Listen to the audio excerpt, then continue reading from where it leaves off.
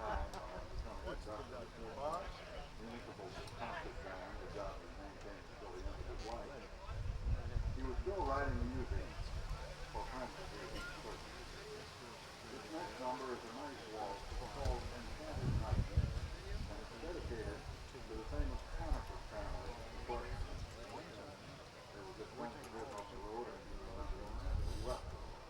The Enchanted Night waltz. Well, he was compensation for the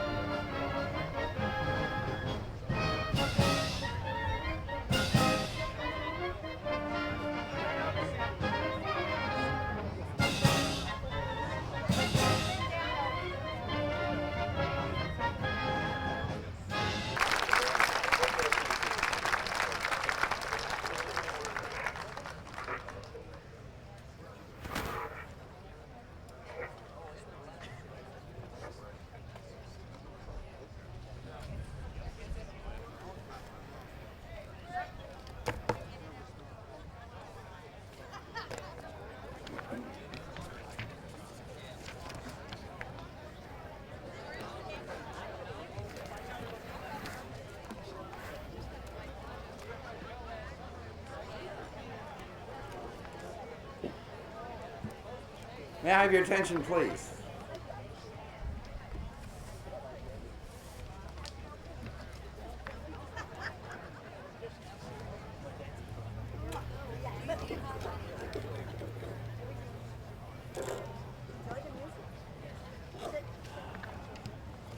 Good afternoon, ladies and gentlemen. Welcome to the 8th annual induction ceremonies for the Circus Ring of Fame. My name is Jim Jackson. I have the privilege of serving as your host this afternoon. And I'm so happy it's such a beautiful day. Before getting started, I'm sure you all want to thank the members of Windjammers Unlimited and Mr. William Prine for that marvelous presentation of the works of Carl King.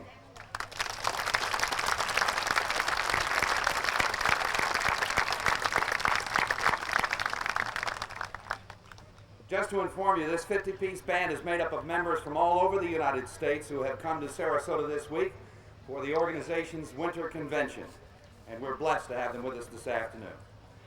Also gathered here today are a number of distinguished guests, many of whom you will meet shortly. But in addition, I'd like to introduce you to a few others, and some of them are up here, some of them are around in the crowd, so when I call your name, please wave so I can find out where you are. First, the widow of legendary Ringling Band master Merle Evans, Louise Evans, is here today. She's right behind me here.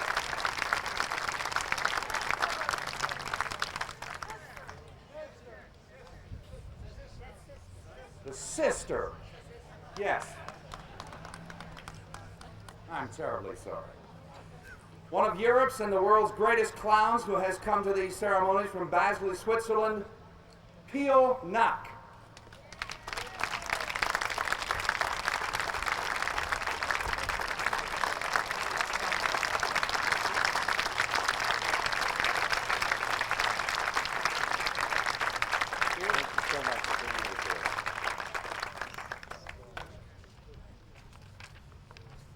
Also the daughter of two of our honorees, co-owner of both the Carson and Barnes and Kelly Miller circuses, Barbara Miller-Bird, and her husband, also co-owner of Carson and Barnes, Kelly Miller, Gary Bird.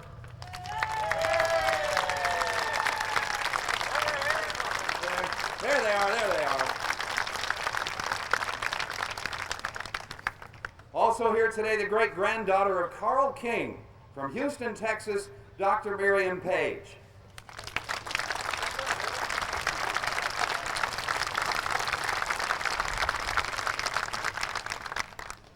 An outstanding aerial star and a 1990 Ring of Fame inductee, Norma Fox.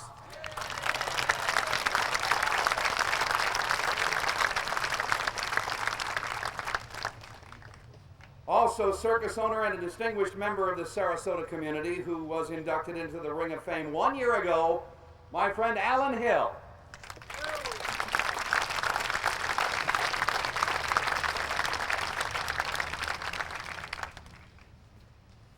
Seated behind me, to my left, the president of the Sarasota International Circus Festival and Parade, Diane Brown.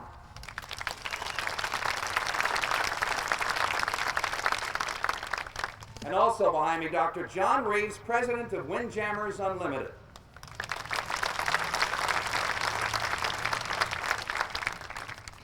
Also here today, owner of the Beatty Cole Circus, John and Bridget Pugh.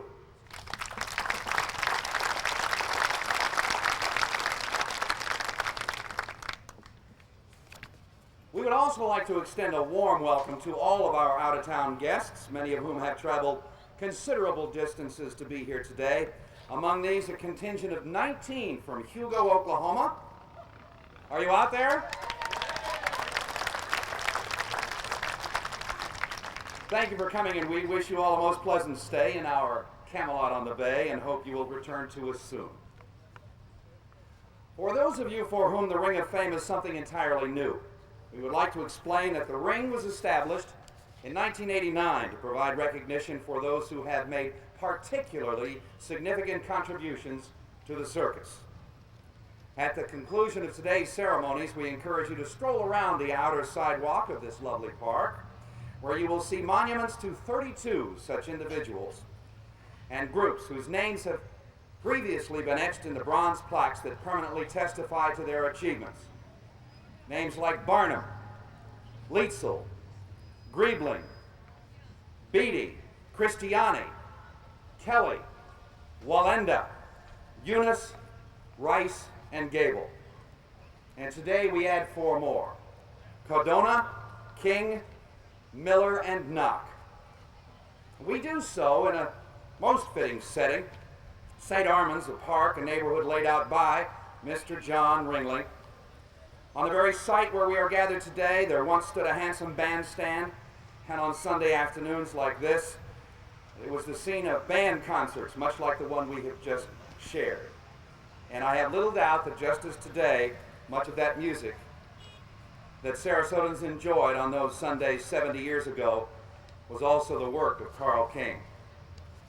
Now, to officially welcome all of you to the Ring of Fame ceremonies and to Sarasota, it is my great pleasure to introduce you to the Honorable Nora Patterson, Mayor of the City of Sarasota.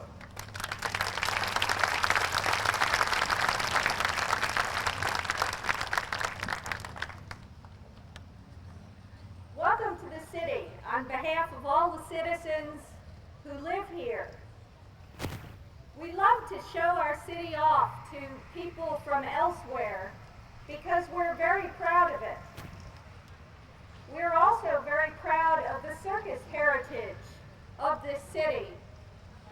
And you are, as you've been already told, and I'm sure most of you know, standing in an area that was laid out by John Ringling. And the city is very happy every year to lend some support to this event. I understand that there are people here from all over the world, and clearly you have brought us a sunny day and goodwill, and we extend back to you much appreciation for your visit. We hope you enjoy coming here to the Circus Ring of Fame, and we hope you get a chance to participate in many of the wonderful things that our city has to offer. Thank you, and come see us again.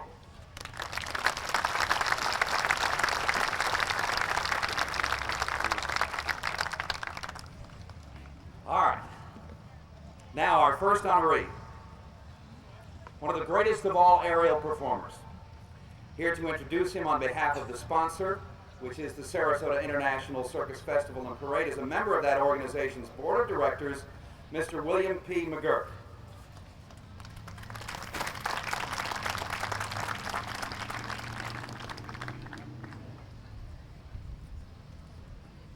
Good afternoon. Can y'all hear me way down there? You can. Alfredo Cardona was one of the greatest performers the American circus has produced.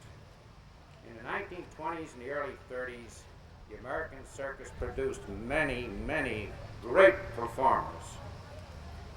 They boasted many, many superstars, but the handsome Cardona was without a peer and truly lived up to his billing as the king of the flying trapeze. He was son of Eduardo Cardona, who was a tumbler and an aerialist in Mexico. Alfredo was born in 1893. He began performing in his father's act at the early age of 5 years. Even then, his preference was for the high acts rather than the ground acts. He performed as a solo trapezist when he joined the Barnum and Bailey Circus in 1911, doing the same heel catch that his father taught him. Actually, there were 2 other Cardonas joined the circus at the same time. Alfredo's brother Lalo and his sister Victoria. They performed together on the slack wire, and they were the ones Barnum and Bailey needed for center-wire attraction, so they were hired. Alfredo came along really as an added attraction, but that didn't last very long. Times changed. He was challenged by the lure of the flying trapeze and with Alfredo and Lalo and two others formed a flying act. After touring through Australia, he returned to the States in 1917, and from this point, with his brother Lalo, Alfredo began his 17 years of King of the Superstars. The world's premier aerialist was launched. His mastery of the difficult back triple somersault became his trademark and distinguished him from his contemporaries and predecessors. And it was the style and grace with which he executed that act that made him a legend, even to this very day. Although closely identified with the triple, Cadona did not originate this maneuver. The distinguished belongs to Lena Jordan, a 15-year-old Batavia girl who accomplished the feat in 1897. Later, Ernest Clark was mistakenly identified at the beginning of the triple, was not so. Before the triple was really put on display by Cadona, there was two other men who were doing the triple, Ernie Lane and Charles Segrist.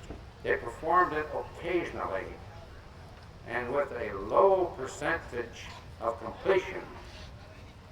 Cadona's crowning glory was the fact that he was the first to consistently execute the triple every day in every performance. Those before him attempted it infrequently, but not Alfredo. His other great attribute was the beauty of his performance. He had style and grace that was unmatched. A Ringling Brothers spokesman reported, every muscle in his body seemed to sing in harmony, and he flew from trapeze to trapeze. The catchers have been heard to say he landed lightly as a swallow. Audiences were thrilled, and Cadona became the foremost male star of the American circus. Cadona's storybook romance with Lillian Lightso resulted in a 1927 marriage. It was said the joining of the two biggest superstars of the circus was described in one Chicago newspaper as the marriage that would brighten heaven. It brightened heaven, all right.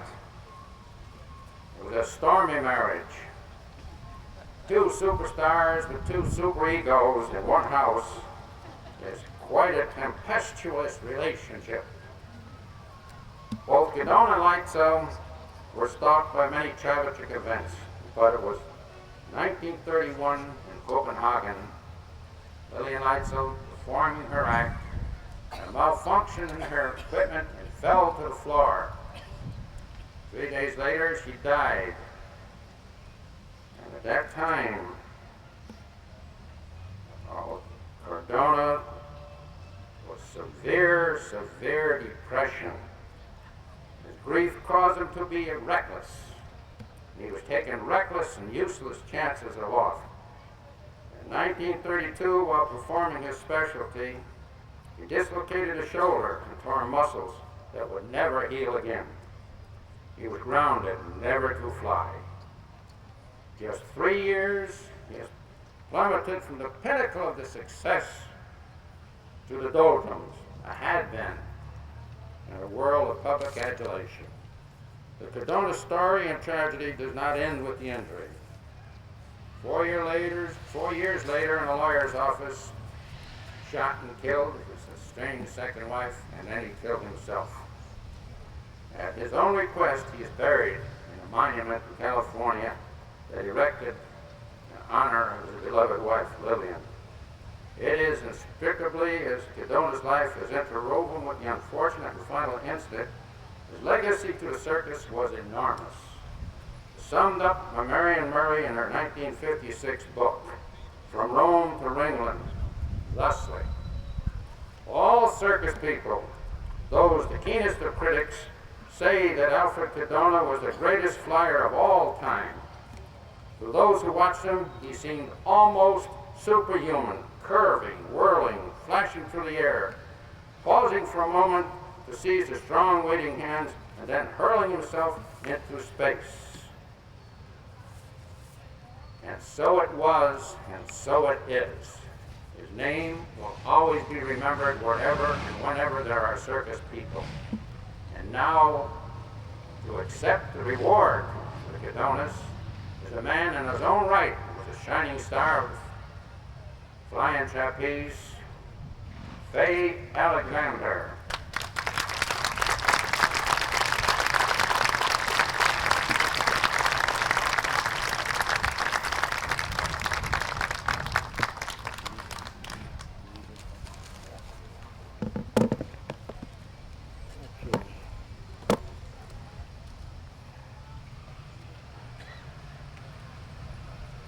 Alfredo Cadona, a native of Mexico, is idolized by many of the Mexican people. One of those is Senor Andres Atayde, president of Circle Atayde Hermanos, the Atayde Brothers Circus, which is the largest circus in Mexico. Mr. Atayde has come to Sarasota from Mexico City just for this ceremony. I would like to ask him to join me at the microphone.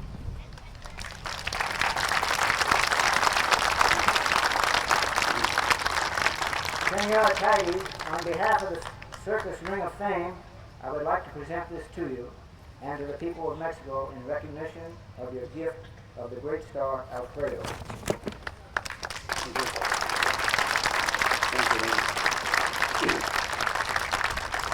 It's an honor to me to accept this award on behalf of the great Alfredo Corona. I am glad to be here with all of you in Sarasota, for sure the capital of the circus world. Thank you.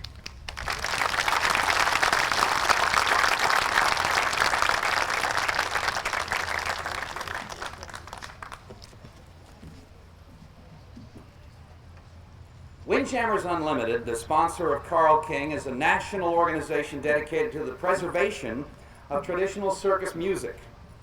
Robert Peckham of Athens, Georgia, editor of the Windjammers' fine publication Circus Fanfare, will present Carl L. King on behalf of Windjammers.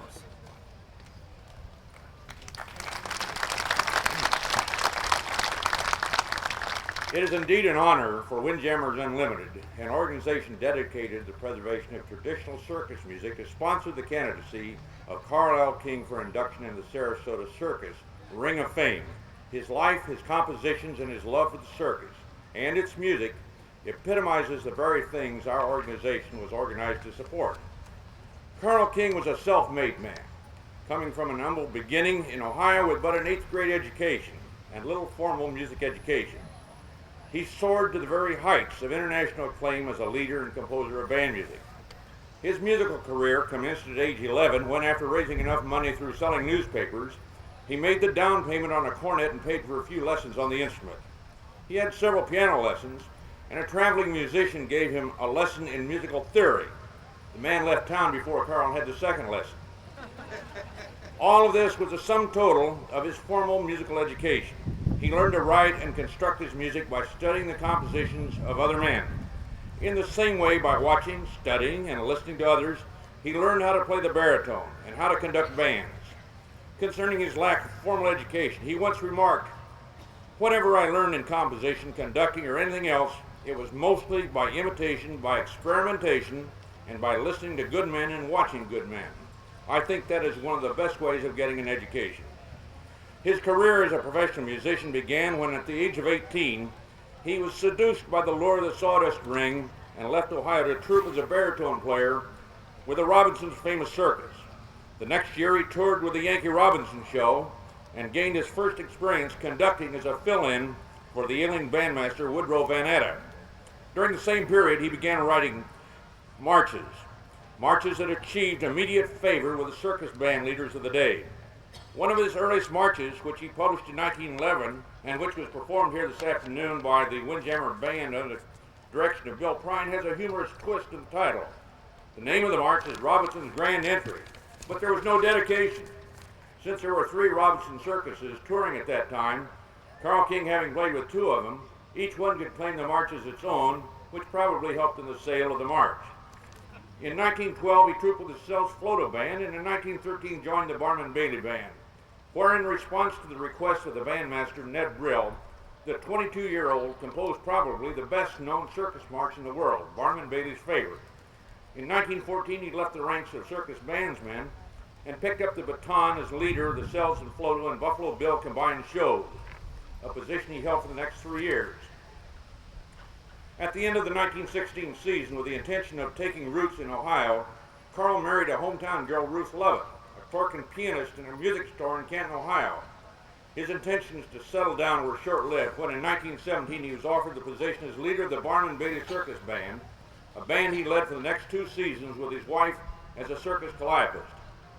At the conclusion of the 1918 season, with the nation in World War I, he was recommended by John Philip Sousa for the post as bandmaster at Camp Grant, Illinois, with a reporting date of November 11, 1918, the very day the war ended. With no possibilities of becoming a military band leader, he returned to Canton, where in 1919 he opened the K.L. King Music House and led the Grand Army of the Republic Band.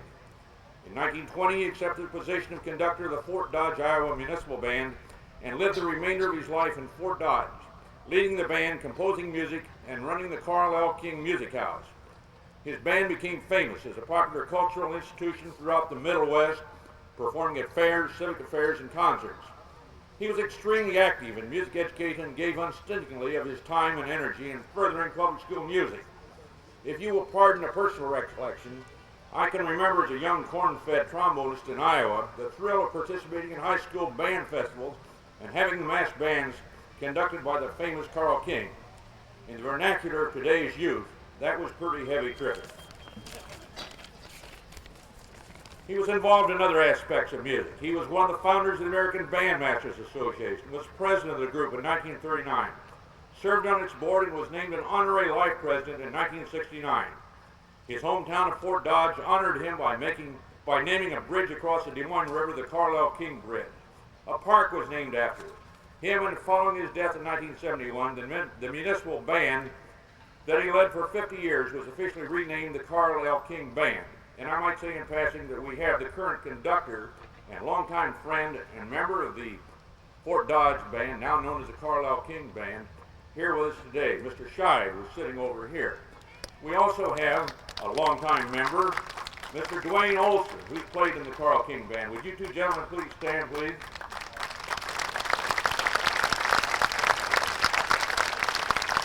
Thank you. We're most pleased that the King family is represented here today by his daughter-in-law, Lois King, and his granddaughter, Michelle Dillard, who incidentally follows her in her grandfather's footsteps in music as a school band teacher. And of course, you've already met his great-granddaughter, Miriam Page. During the years that Carl King was in the circus world, he was active not only as a conductor, but also composed music for various acts that not only gave him a name in the circus world, but also introduced him and circus music to the band world. I dare say that all the musicians who performed during the concert this afternoon first learned about circus music by performing his marches, gallops, and overtures in school and town bands. His impact on the band world of this country is truly amazing, with over 300 compositions to his credit. A perusal of the selections he wrote during the circus days and their dedications establishes his position in the circus of that day. They include the Garland Entry, dedicated to the writing act of the Garlands; Sells Floto Triumphal, dedicated to Sells Floto; Woody Vans, dedicated to bandmaster Robinson's famous shows; Kentucky Sunrise, dedicated to my friend Rhoda Royal; The Walking Frog, dedicated to the famous clown duo act of Baker and Dalzell; Passing the Red Man, which you heard today, dedicated to Buffalo Bill; and Barnum Bailey's favorite, dedicated to Ned Brill of the Barnum Bailey Circus Band. Although he left the circus world in 1918, his heart was still attuned to the sound of the circus band. Many of his compositions after he left the circus by name and dedication bear witness to this fact. Among them are the New Madison Square Garden, dedicated to the Ringling Brothers Barnum Bailey Circus; Royal Hippodrome Gallop, dedicated to the famous Fred Bradnett; Centering March, Rough Riders Gallop; Sir Henry, dedicated to Henry Young, bass drummer, Ringling Brothers Barnum Bailey Circus Band; Trooping Days, Circus Days, Broadway One Step, Abdullah, Invictus, dedicated to his great friend Merle Evans. The mention of Merle, who also is memorialized here in the Circus Ring of Fame, reminds me of a story concerning Carl King related to me by Merle. Whenever the ringing show played through Iowa, Carl would stop whatever he was doing and spend the day with Merle and the band. It wasn't unusual for him during these visits to give Merle a new composition and ask him to try it out. One year, Merle reported to him that he'd been using a gallop Carl had given him several years earlier. That was a great gallop and he should consider publishing it. Carl had forgotten all about the music, but he took back the copy that he'd given Merle, published it, dedicated it to another great circus individual who's memorialized here, Clyde Beatty. You all heard the gallop a number of times, the great gallop, Big Cage. Carl King is no longer with us, but in spirit and through his music, he will always be a part of the thrill and excitement of the big time. His musical theories were clear and simple. He felt that band music was in the blood of the American people, as it was in his own blood. To him, music was an important part of the circus, accenting and providing the important background for acts.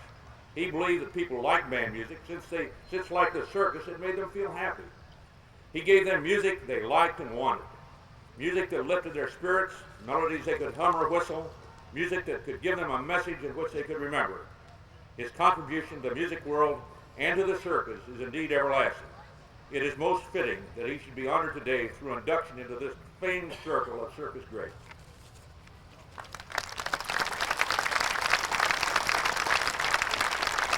Now it is with great pleasure I introduce you to Lois King, the daughter-in-law of Carl King, and Michelle Dillard, his granddaughter, who will accept this honor.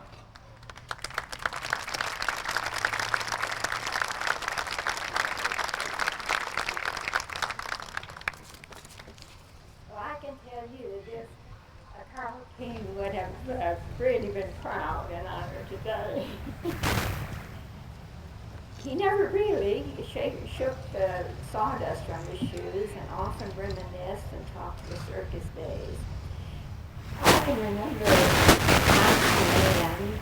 on a day that he was scheduled to speak before a local men's civic group, if he had a speech prepared. He leaned back in his swivel chair, gave me his amused smile, and said, "No, I don't prepare anything. I just tell them a few circus stories." Thanks to all of you who have worked and participated to make this event a reality.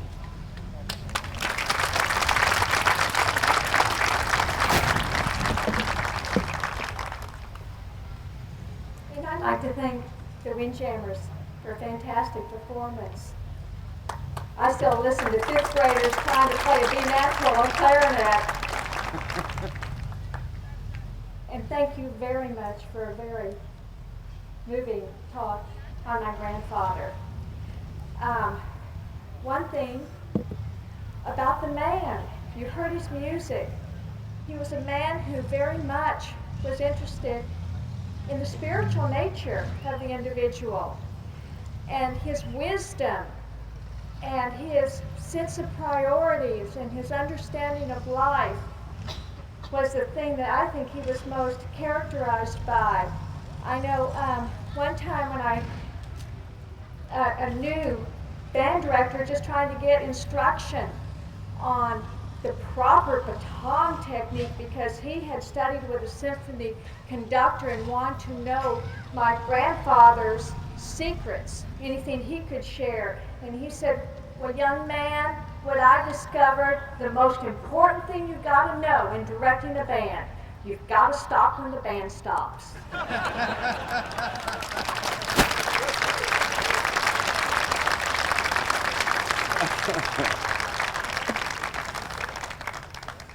That's wonderful. Didn't know it was that simple, did you? Ladies and gentlemen, I think you have a real treat in store. As hackneyed as the expression is, you truly are about to meet two living legends. A couple whose ownership of circuses goes back to the 1930s. You'll learn a lot more about them from Mr. James Judkins. He's Vice President and General Manager of Carson and Barnes Circus. Jim?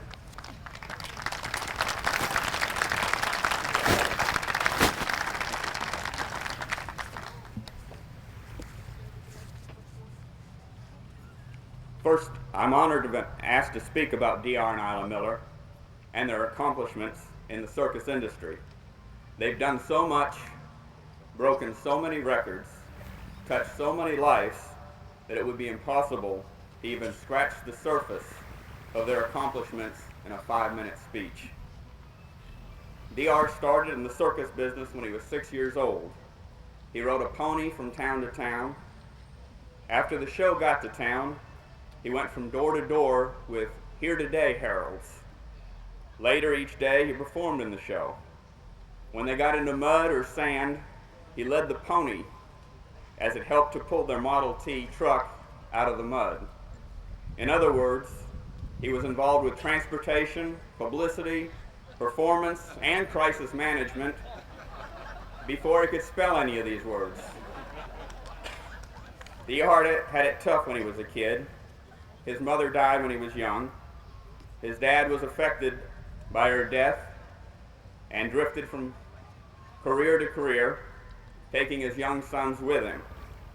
It was especially tough for a boy named Doris, who changed towns and schools on a monthly basis. He had to prove that he was no sissy by beating up everyone who made fun of his name. DR was also young when he first learned about discrimination.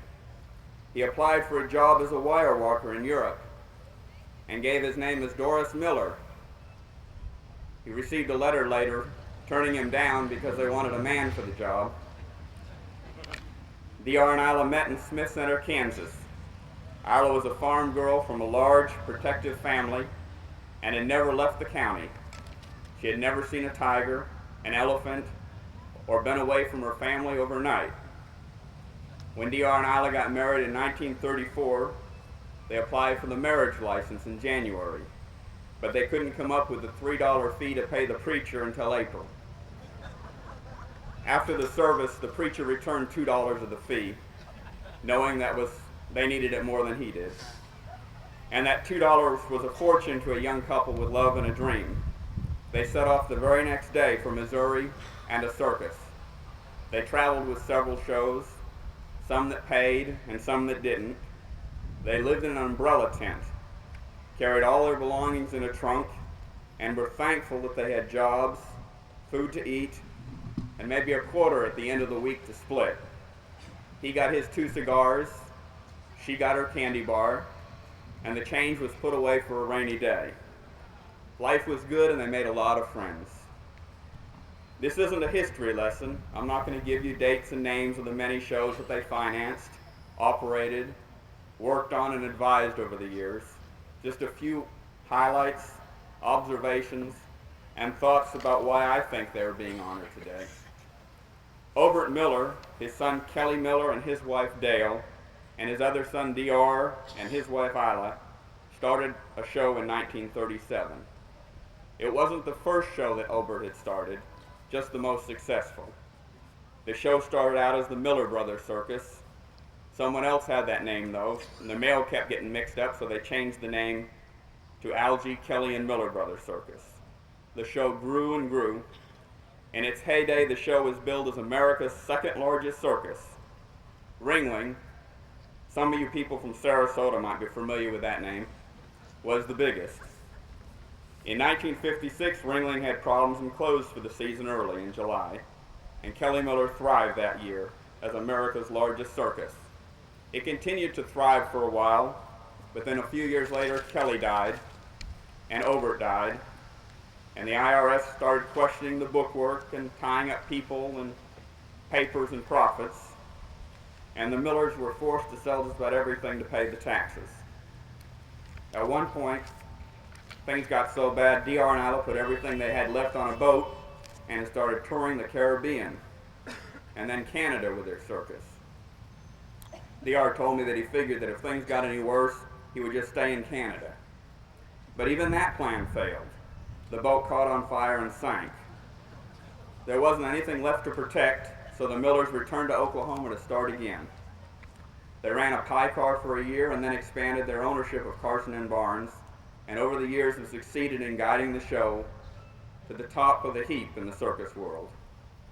I started with Carson and Barnes Circus in December of 1977. At that point in time, the Millers had owned circuses for 41 years. DR had been in the circus business in one way, shape or another for about 55 years.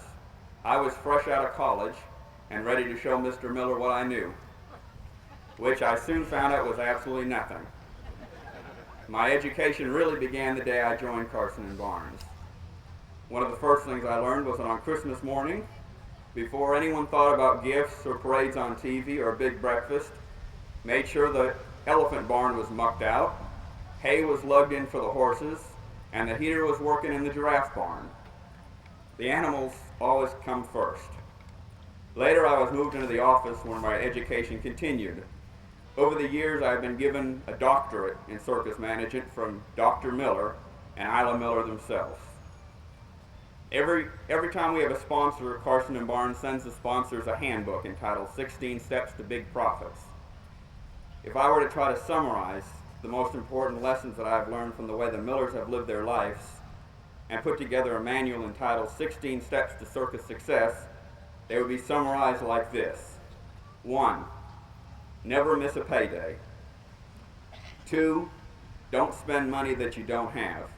Next season might be bad. Next week might be bad. 3. Don't ever expect your employees to do anything for you that you personally wouldn't do for them. 4. Eat in the cookhouse. Clean your plate. Thank the cook and the dishwasher. 5. Smile at the performers. They will smile back. They might even smile at the audience. 6. Tell your people that they do a good job. Even if they don't speak the same language, they will understand and do a better job. 7. Give your people the freedom to make their own mistakes and the time to correct them. 8. Listen to other people's ideas. Really listen to other people's ideas. 9. When something goes wrong, it's your own fault. Take the blame. When something goes right, it's due to the hard work of everyone. Share the rewards. 10. When you make a deal, stick with it. If it's a bad deal, learn from it, but never resent the person you made the deal with. 11. When you poke fun at someone, when you laugh at someone's mistakes, when you gossip about someone, make sure that particular someone is yourself. 12. Visit people when they are injured or sick. Ask people how their parents are doing. Tell them how pretty their kids are. Mean it. 13. Protect your family, friends, and employees. They will, in turn, protect you. 14. Love and trust your friends and family. Completely, without doubt or hesitation. Be honest with them. 15. Love life. Overlook your problems and look for solutions. Laugh a lot. And 16. A friend is more important than a dollar. If DR and Isla were in any other industry, they would have been on the cover of Time magazine years ago. Imagine a Broadway producer has produced successful shows for 59 straight years. Imagine a TV star has been on the screen for 59 years. An opera singer has hit the high notes for 59 years. A Dallas Cowboy quarterback getting ready for his 59th consecutive season. A dancer, a painter, a singer, a movie producer. But because they love the circus, they have toiled for years without fame or million-dollar contracts or guest appearances with Johnny Carson. All over the world, there are people whose lives have been touched in one way or the other by the Millers. Performers who have been given the chance to better themselves at Kelly Miller or Carson and Barnes and then move on with the Millers' encouragement and blessing. Families who came to the box office to buy tickets for the show started to walk away because the price may have been more than what they could afford, and were met by Mr. Miller at the end of the midway and escorted into the tent, free of charge. When they left the show, they left with a love for the circus. Circus widows who were down on their luck and stopped by in Yugo needing some money to pay a bill or get their next prescription. Other circus owners who needed a little extra time to pay the lease on an elephant or some money to get their own show out for the season. Working men who just needed a stable place, 3 square meals a day, a paycheck, and no questions asked as long as you did your job and kept out of trouble.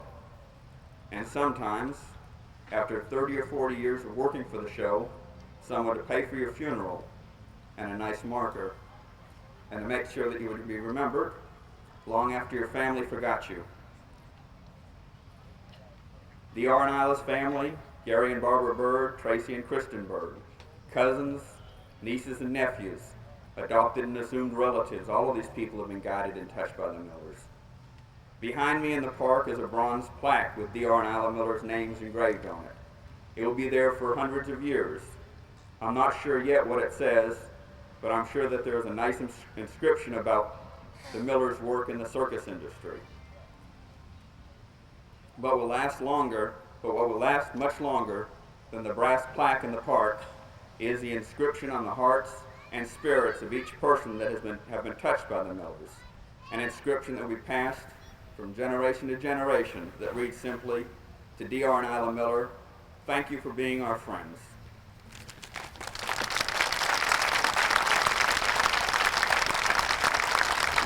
Ladies and gentlemen, D.R. and Isla Miller.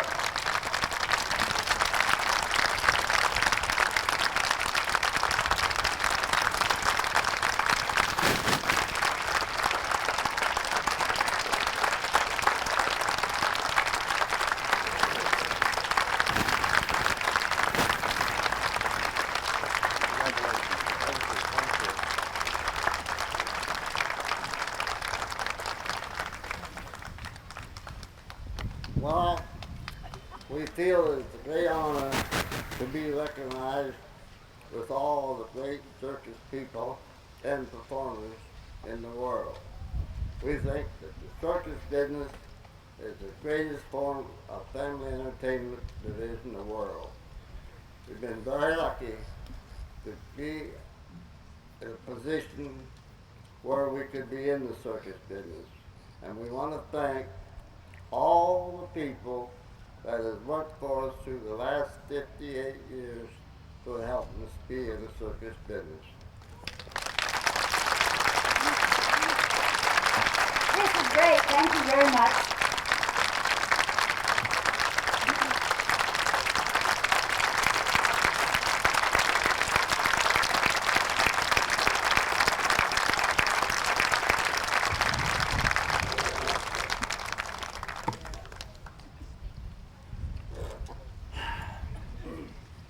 The Nerveless Nocks are a proud family that has virtually cornered the world market in thrill act presentations.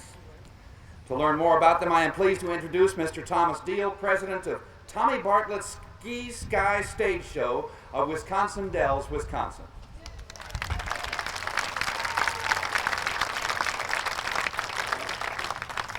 Thank you very much. The Nerveless Nocks, proud heirs to a rich Swiss circus heritage that goes back over 150 years. The Knock family holds the unique position in the world of live entertainment as innovators of thrilling aerial acts. The story of the Knocks in America began shortly after World War II. Performing in their family-owned Circus Knock in Bern, Switzerland, Knock brothers Eugene and Charles, along with sister Elizabeth, had perfected a unique aerial routine atop flexible wooden sway poles. Captivated by their daring feats, John Ringling North signed them as center ring attraction on the 1954 edition of his Ringling Brothers Farnham and Bailey Circus. Over the next 4 years, during which they were joined by Elizabeth's husband, Joseph Bauer, the Nerveless Knocks took America audiences by storm with their thrilling display of aerial bravado. In this exciting act, each Knock performed risky acrobatics on bending 80-foot high poles unprotected by nets or any safety devices.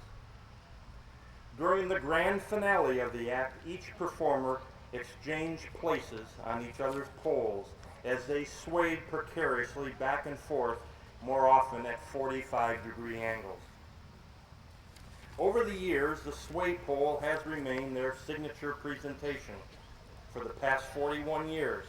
However, they have expanded both their routines and their personnel.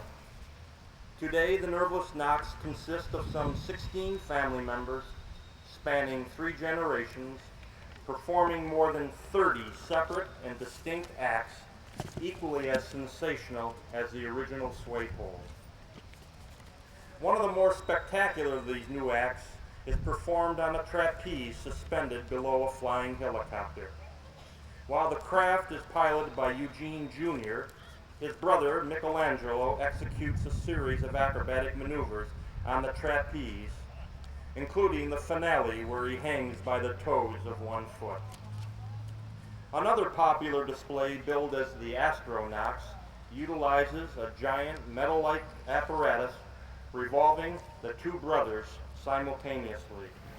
In addition, John Knock is the first aerialist to perform the most difficult front somersault in the wheel. Still other acts involve the use of motorcycles driving up and down tight wires with Nocks hanging below them on the trapeze bar. In addition, the Nocks sons have not neglected earthbound routines.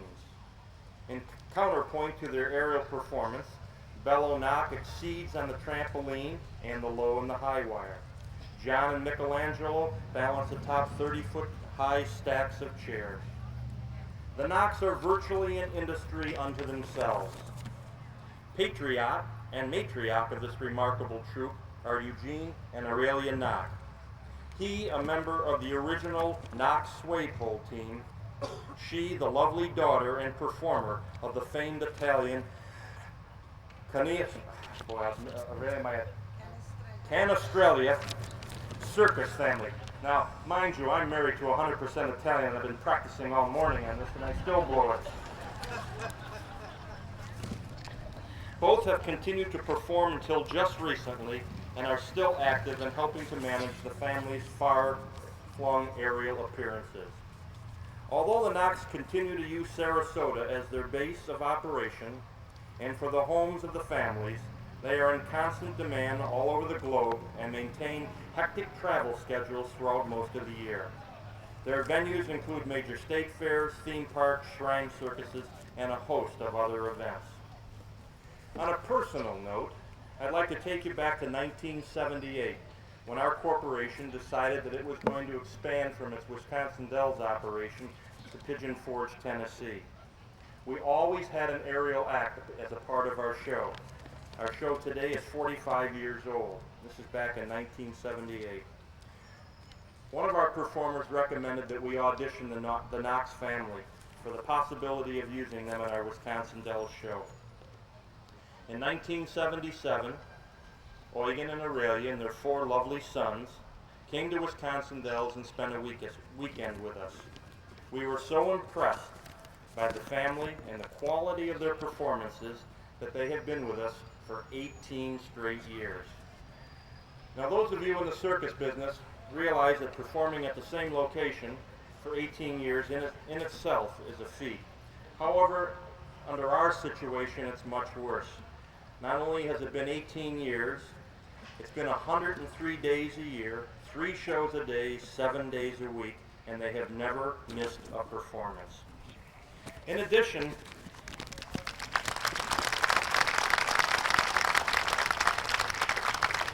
to the quality of their acts, and they like to call Wisconsin Dells their second home, what we love about the Nocks family is the unbelievable strong family values.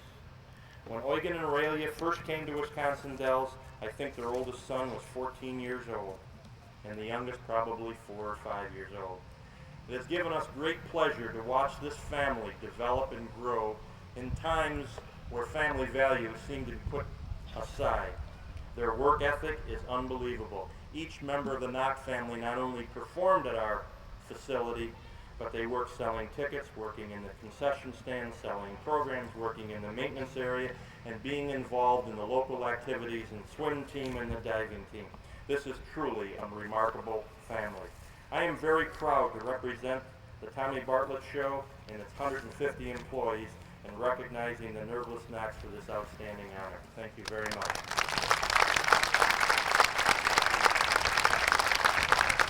Ladies and gentlemen, accepting the honor and representing all three generations of this outstanding family, Eugene and Aurelia Nocks.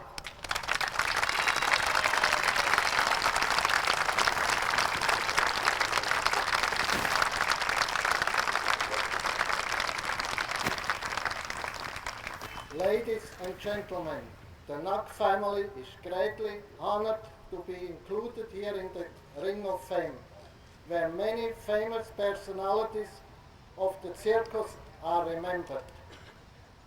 This event is, of course, a highlight of our career, but let me mention two other events of equal importance to us. The day in 1954 when we came here from my native Switzerland to join the Ringling Circus in New York Madison Square Garden. And in 1962, the day when we became citizens of this wonderful nation.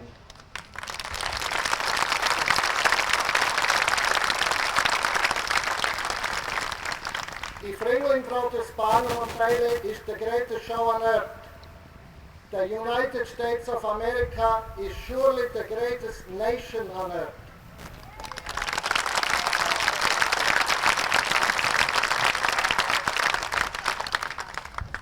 The entire Nocks family, we will always be grateful for the good future we have and here over the past 40 years. We thank the committee for honoring us, and we also thank our sponsor, Tommy Bartlett and Tom Deal, who has featured our acts at Wisconsin Dells for 18 years, a record which we are proud of. I hope that many people will come here to see the Ring of Fame and enjoy the beautiful surroundings which John Ringling planned years ago. So on behalf of the entire Nocks family, our thanks to this tribute and your dedication to the circus and its people. Thank you.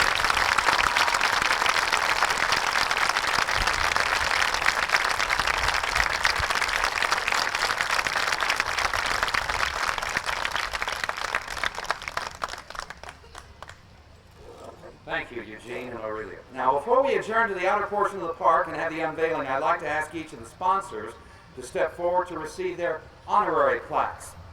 With them goes the Ring of Fame's heartfelt gratitude.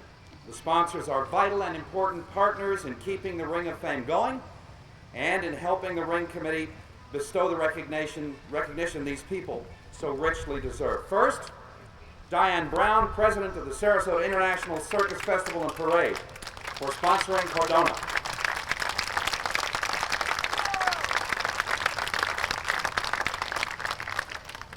Next, Dr. John Rees, President of Windjammers Unlimited.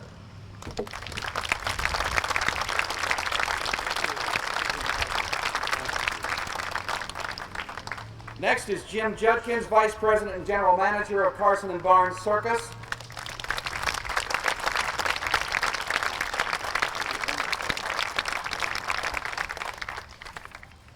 And finally, once again, Thomas Deal, President of Tommy Bartlett's Ski Sky Stage Show.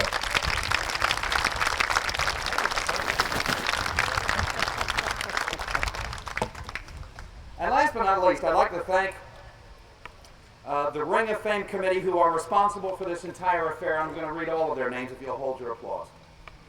Faye Alexander, Rudy Bundy, Jim Dunwoody, Norma Fox, Alan Hill, Alva Johnson, Floyd Kruger, and my beloved Jenny Walinda.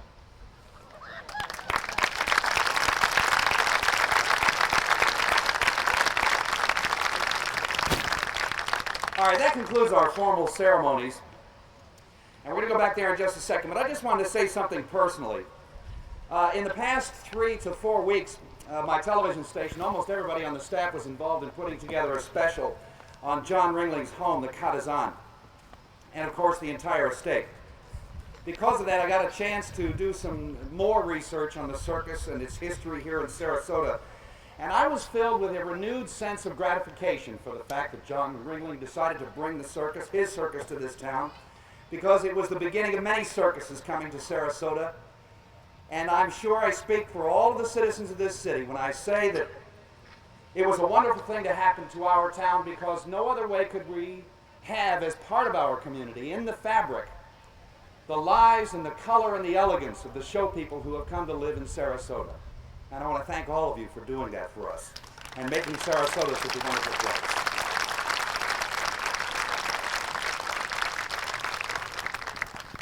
All right, now we're going to ask the honorees and the sponsors to go to their plaques behind me on the outer sidewalk, if you'd let them go first. Now, once you have all reached your plaque, we'll unveil them for everyone. All the family over here. Family. Goodly. Family. Family.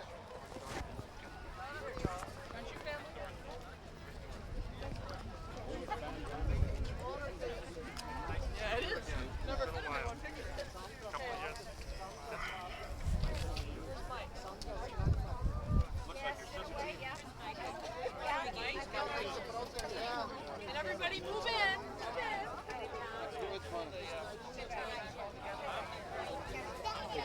All together. We need someone right here.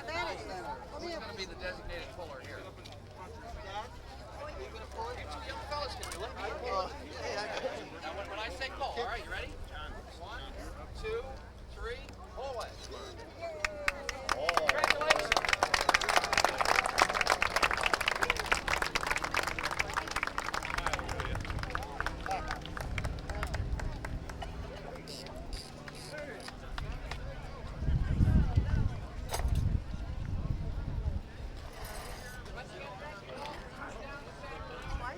Congratulations to our newest members of the Ring of Fame.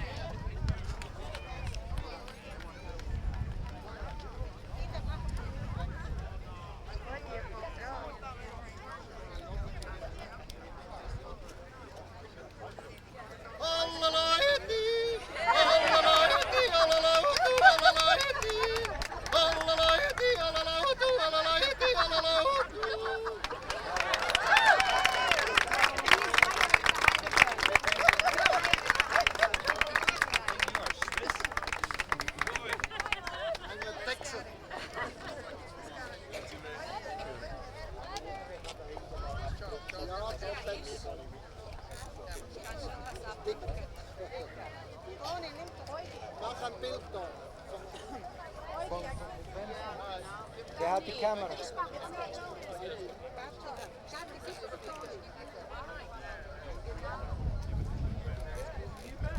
Come here, family. Hey. Jill, come here, family. Family. Jill, Margaret. Margaret.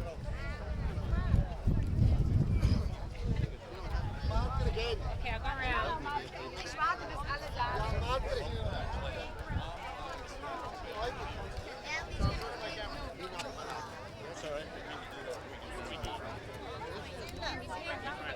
Noch jemand? Wer noch?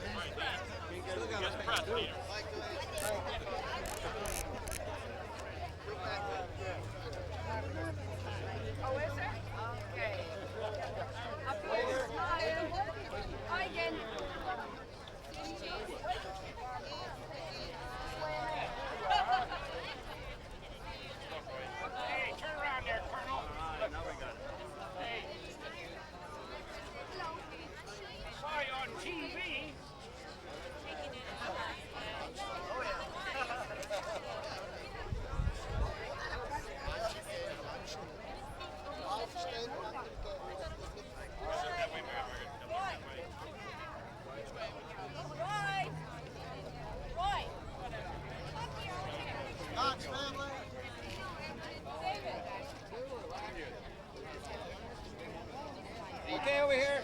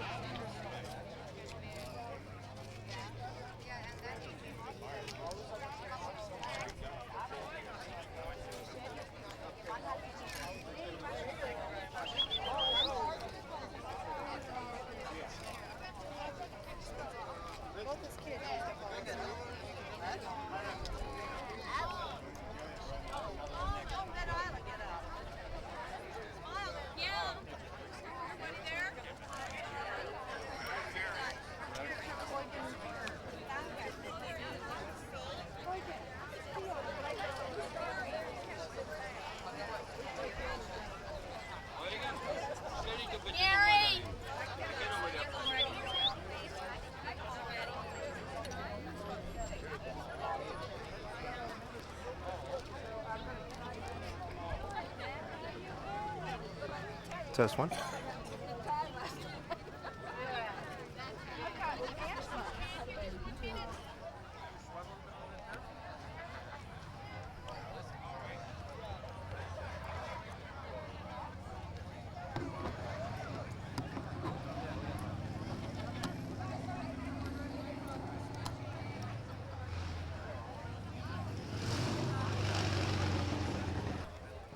Oh shit, don't tell me.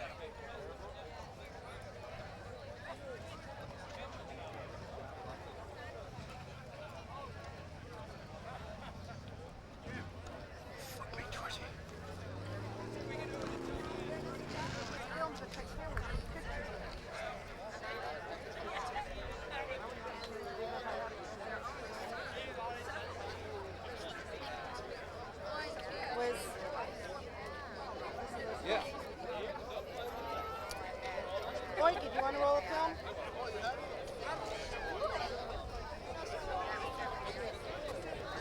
Which camera do you want?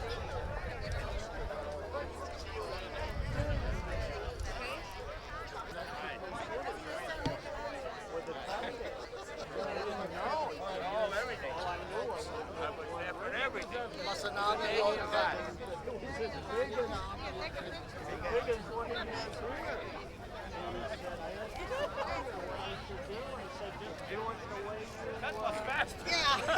You sure you got them? Come at me. Grace, come here.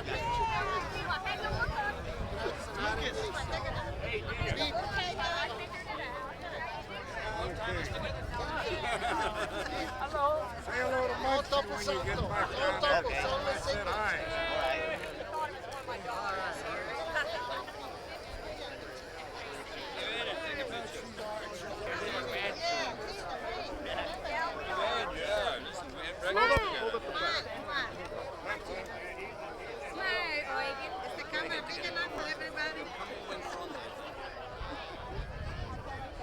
Thank you.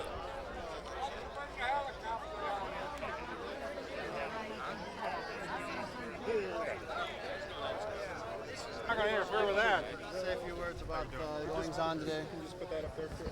Just put that real quick right on there. To where? Just put, yeah, throw that in the Put that pocket. in the pocket. Want that up under? Actually, I'm just going to do it quick. You know, it's not even going to be. You can just put that right there. There we go.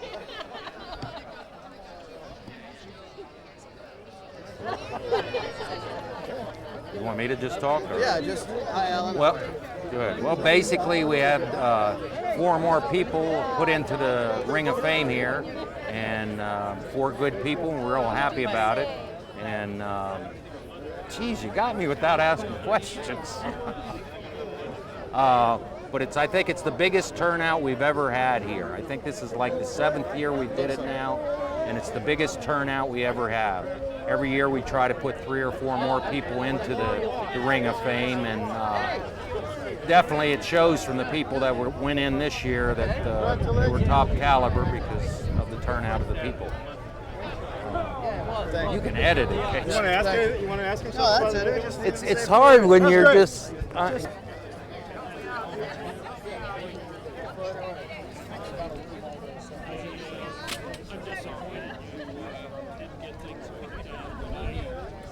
I was really doubtful.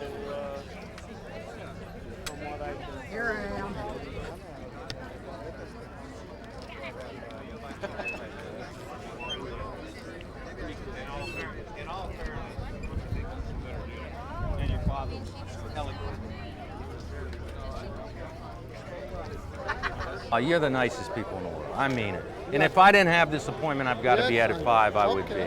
But I'll take a rain check. One night, you invite us over for dinner, me and my daughter. Please. Seriously. Happy. Seriously, yeah. How about you two together? Yeah. There we go. Well, I can truthfully say this is one of the greatest families to be voted into the Ring of Fame. And the biggest thing about the Nocks family is they're the finest people you can meet. My father and myself, we've always thought so much of them, and they're the greatest. Great values, great family traditions, and to me that means more than any honor given, you know. And they're just great people, and I love them. Thank you, Alan Hill. Thank you. Thank you. Okay. Okay? Yeah, it works. Yeah. That works. There you go. Okay, get the camera out. Oh, I got no more. Never get them all together, so. Oh yeah, I will. I'll get them together. Right. Okay, I got Eugene, there's Mike, there's John, and we need your mom. We need your mom. Where's your mom? Okay, there's one. There's two. Where's your mom? No all your sisters. No Denny. David.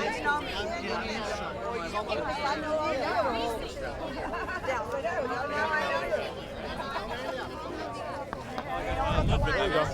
I told him I come out. There you go. This is good. This is nice. Okay. We're working on it. We're working on it. We're getting close. That's the three of you, the four of you right now.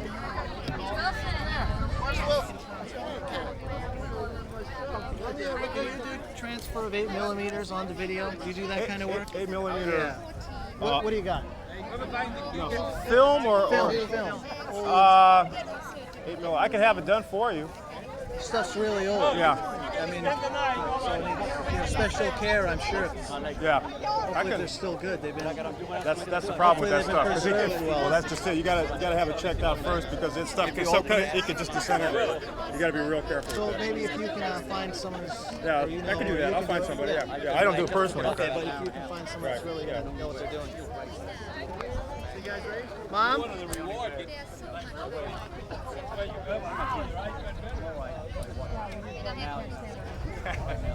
Everybody's got a camera. No, my legs. So one on the top. Yeah, I know. I made a mistake and let the boys play this. No, and they just wore. I put new batteries down. They took 3 rolls of film and they wore it by my phone. Dad. Okay, guys. Dad. I'll get her.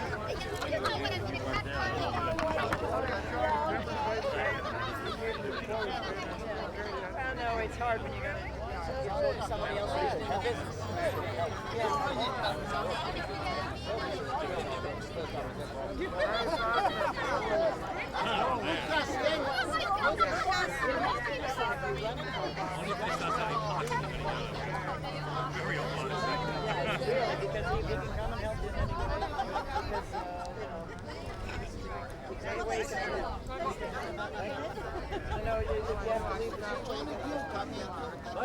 Huh? Take a picture. Well, where do you want me? Okay. No, I don't know. We just know me. Thank you. Okay. Now, Eugene, I need you in there too. That's all right. Give me one of your cards. Oops, I'm sorry. Excuse me. I'm sorry. I can give you this right to the bank, but I can't find one. Okay.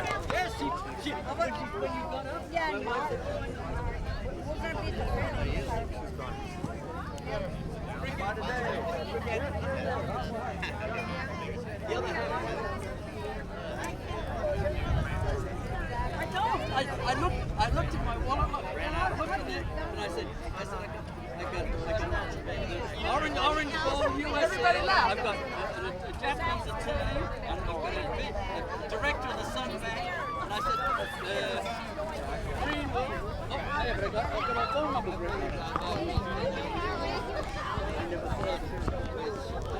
Okay, real quick, how do you feel about this? Oh, it's great. Real happy for the family, my mom and dad, aunts and uncles. They deserved it. They deserved it. It was a great day.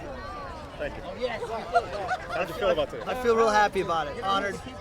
It's a proud moment for my mom and dad, my uncle Joe, Elizabeth, and Charles, the whole Nocks family, my brothers, my cousins. I want to thank the city of Sarasota. Thank you very much. There you go. They earned it, and that's it. What would you like me to say? Okay. Should I say hello to Sandra? If you could just kind of clip that on your tie for a second. All good stuff? That's good. I would just like to say how pleased we are to be here today to honor the Nocks family. They're tremendous entertainers, and more importantly, they're tremendous people, including Sandra. Okay, look right in the camera, go for it. Aurelia and Eugen, I can't tell you how proud I am to have sat there watching the two of you receive this award on behalf of the family. I think all of the Columbuses felt very special to be asked to be here. You guys are wonderful. We love you. 25 years. It's amazing.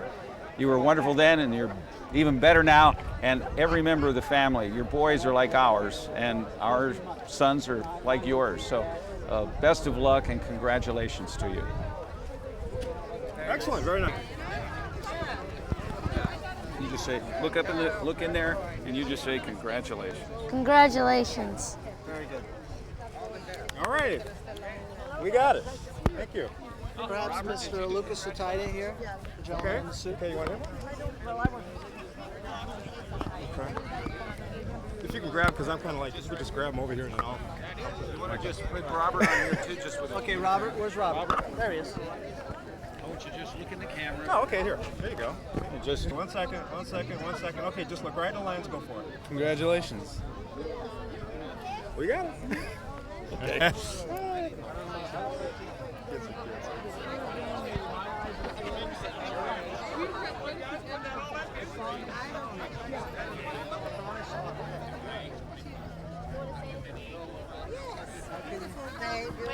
All our friends are here. Oh, we need That's this. okay. That's okay.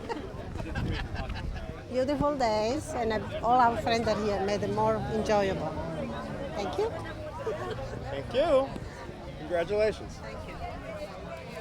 Okay, you want this gentleman? Oh. Yeah, Lucas. Lucas. 4 more each year. Yes.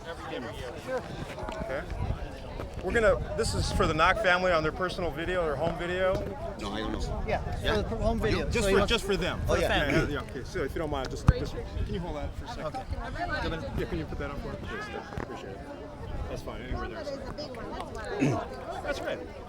Okay. You can hold that plaque up a little bit too. Yeah, if you want. okay. There you go. There you go. Okay. That's it. Look right in the camera, right in the lens. Okay. Go ahead. I want to say something? Yes. Yes? Well, I am very, very glad and happy to stay here with Nocks family. They are my very good friends. And the other show people, most of them are working with us in Mexico. So it was very nice to me be here, see all friends. And what else I can say? Thank you. Very nice. Why, certainly.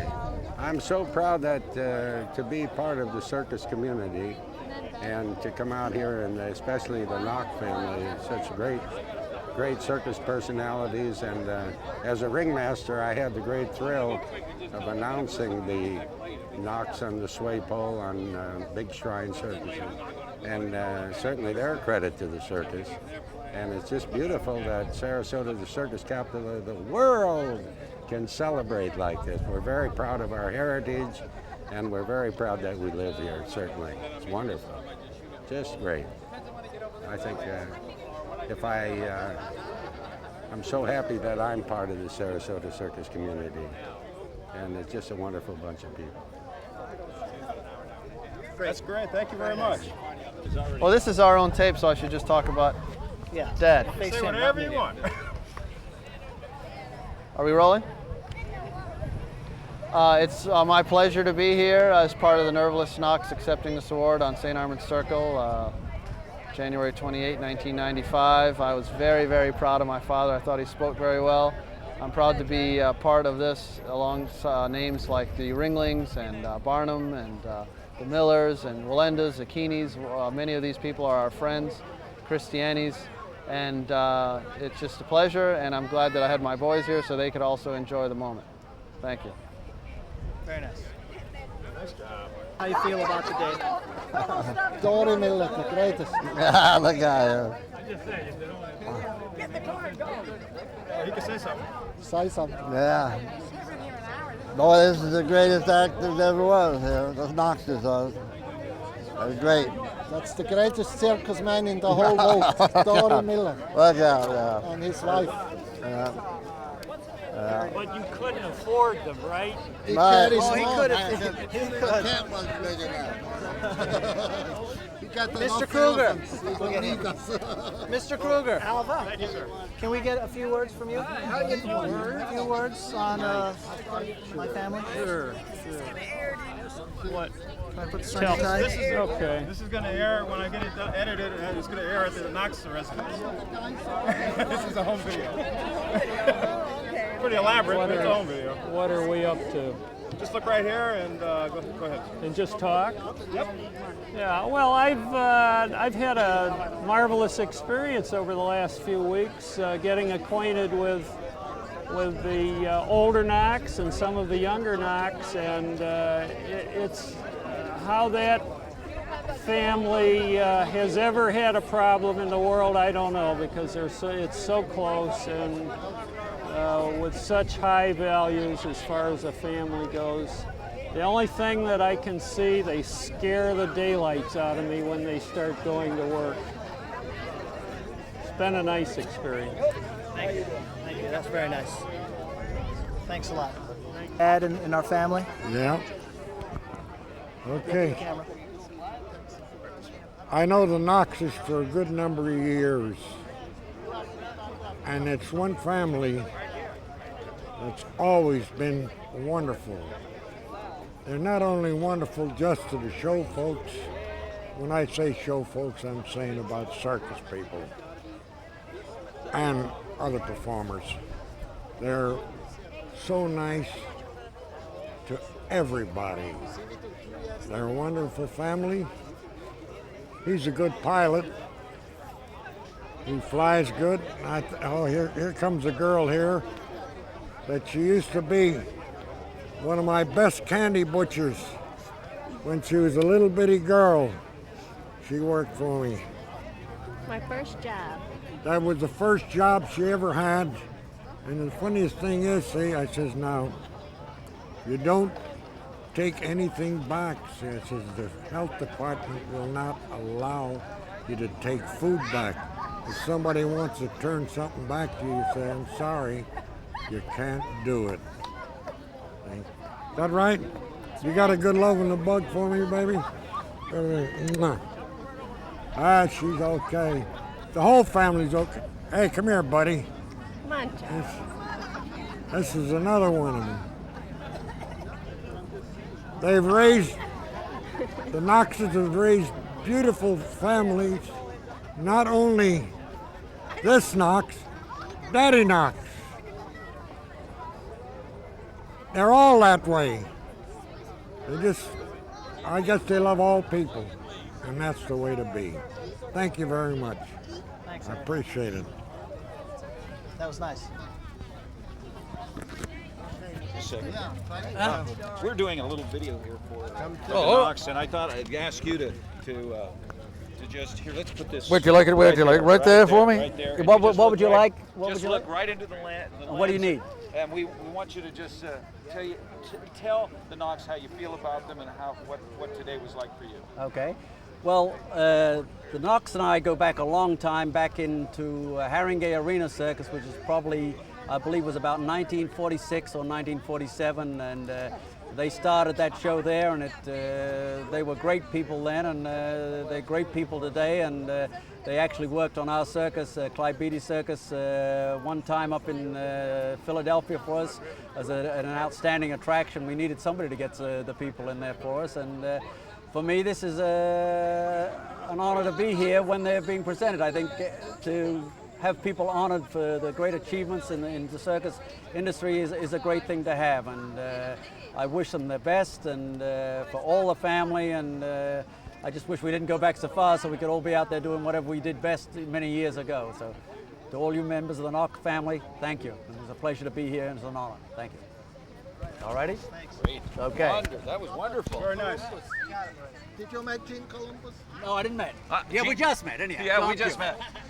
John. Hey, John. Pleased to meet you. From Haringey, right? He's Haringey. Haringey Arena. What year was that? 70? 53, 53. I thought it was 47. We went 48 though. It was there. It was the first year. Because I was there in 47 and 48. 53, 54. Yeah. And we stayed for 6 weeks at this nightclub. And when we left, that night they threw a party for us and said we could come back. And it was the best act they ever had at the nightclub because nobody else had done that in a nightclub. Right. The first opening night we went up, we fell off, we slipped, went through the tables, we went into the bandstand and everything. And I said to my dad, no, we can't work there, we can't do this, we can't do that. And he said, well, he was paying you, so what the hell's the difference? My father said in those days, he said, work in a toilet with or without a chain. If they pay you. With or without a chain. Yeah, with or without. Find a place to clip fine. it. That's why you can't put me on. This is going to be just fine right here. No. Good. And you're going to be talking to Eugen about dancing with him in the Dumbo Circus finale. The Daring O'Donnell. Okay, my dad. There he is. Daring O'Donnell, my first. They're here. Just follow me. Only you're behind me, Oigi, and you say, just follow me, and we're in the pinwheel, and I can't find a pinwheel. I can't find you because you're behind me, and you just sort of keep pushing me along in the circle. When was that? 1971, and we were in Salt Lake City or New York City, and it's been a pleasure knowing you and Aurelia and your boys ever since then, and with all of our love. That's it. Bye.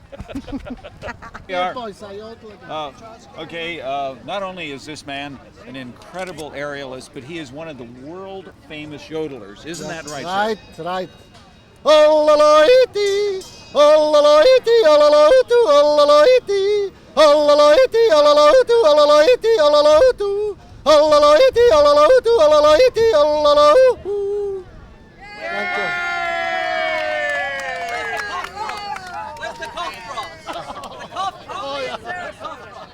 Yeah.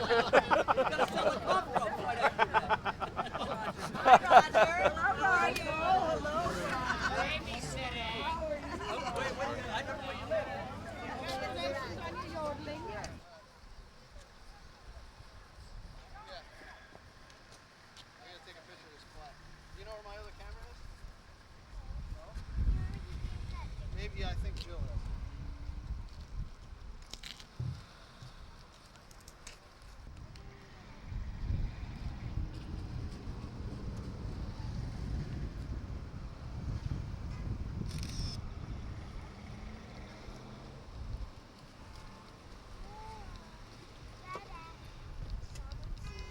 Hey, where your dad lives is Partridge Drive. No, that's my house. That's your house. Yeah. El Camino. El Camino, right.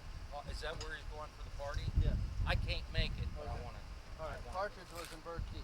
Right, El Camino. El Camino's on the other side. There by me. Where I do you live on live? Philippi Creek. No. Wait, where's Philip Creek? No.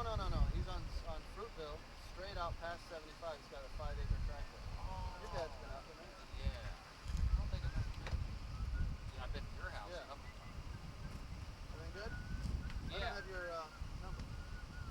Want it? Yeah, I've got a late appointment now, or I'd love to run out there.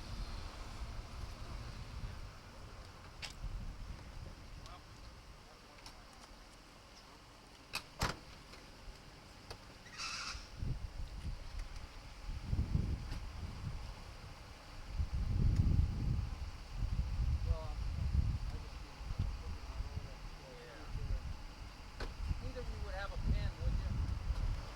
Thank you. Sorry. Good. You remember numbers? Left, I know how to get in that little Coburn. once you go into the main no. section. Wait a minute. It's 75, right? Past 75. Right. It's Fruitville. Fruitville. I Past go 75. right. turn left on just past 75, then you turn that first left on Cobra. Right. Knock it off. Then get in there. Come here, guys. Right, and then from there. Pulling out the flames. They're 5 and 7. They've been out here for 3 hours. And then from there. Turn left on Cobra and turn right on whatever street that is the only one. And then you turn left in, what is it? Pine Valley. Pine Valley is a little neighborhood.